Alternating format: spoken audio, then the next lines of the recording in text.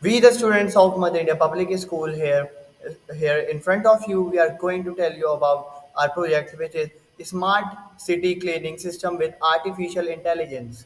So now my friend Harinder will tell you some problems nowadays the people are facing, and it is causing harm to our nature also. First, the workers who are collecting the garbage, they fall ill. Second, the vehicles of Nagarpalika consume lot of fuel and lot of money in their servicing. Third, the garbage is consumed by the animals and they cause die.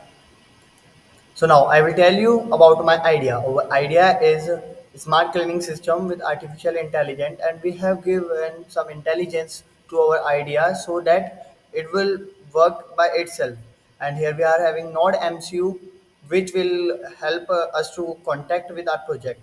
So now I will tell you the working of my project, that how it's work. This is the design of our project. Here, this is dustbin, and when whatever the people will throw in this, it will directly pass to the conveyor belt, which is put inside the roads or underground of the roads, and that garbage will flow through this to the garbage house.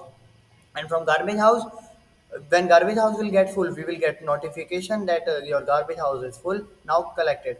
And for saving energy, and for saving energy, we have used here solar panel.